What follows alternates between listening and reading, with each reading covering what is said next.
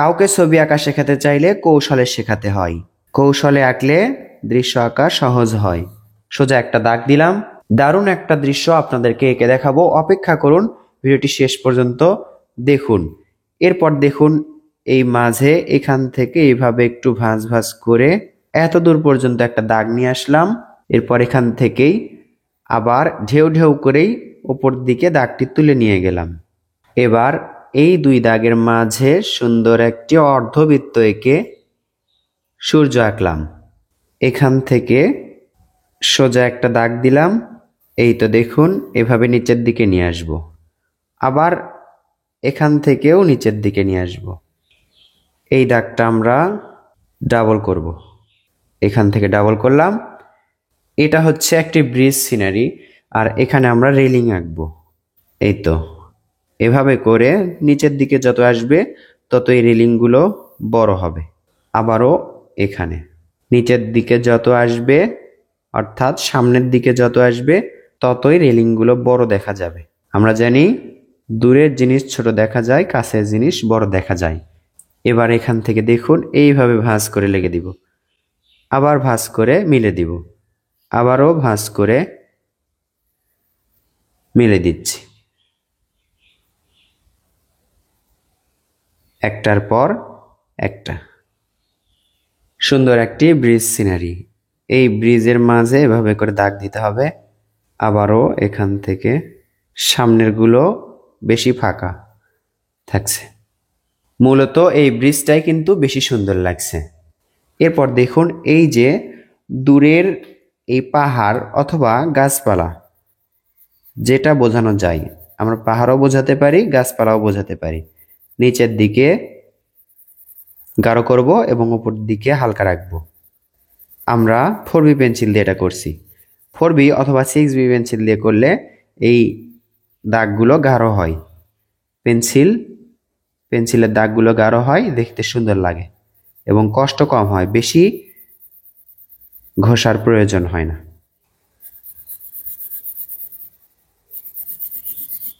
এই পাশেও আমরা একই রকম করেই পেন্সিল দিয়ে আঁকলাম, অর্থাৎ নিচের দিকে গাঢ় করলাম, উপর দিকে হালকা করে দিলাম। এবার দেখুন এই সূর্যটাকে আরো সুন্দর করতে আমরা এই পাশে সূর্যের চারিপাশে পেন্সিলের শেড দিব হালকা করে। পেন্সিলটা হালকা করে ধরেই এই দাগের ভিতরে যেন না পৌঁছে, এভাবে করে হালকা করে দিব।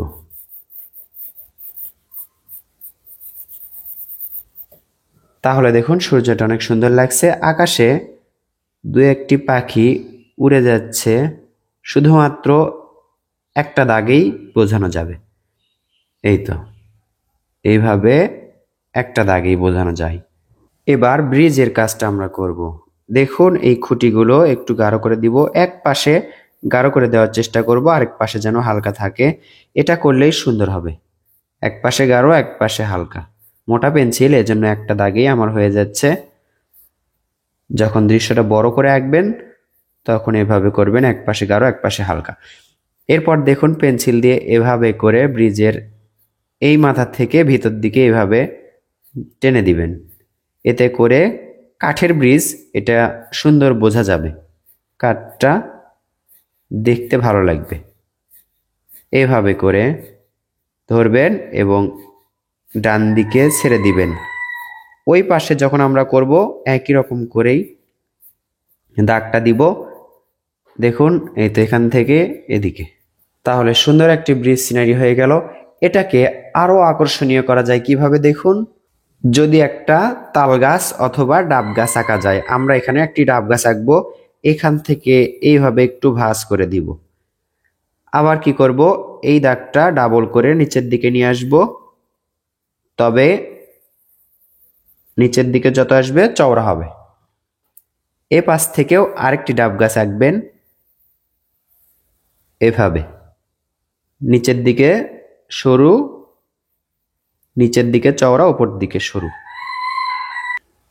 আমরা শুরুতেই এক পাশে গাঢ় করব এবং এক পাশে কালো করব। এক পাশে গাঢ় করব এবং আরেক পাশে হালকা রাখবো। এখানেও এক পাশে গাঢ় করব এবং এক পাশে হালকা রাখব।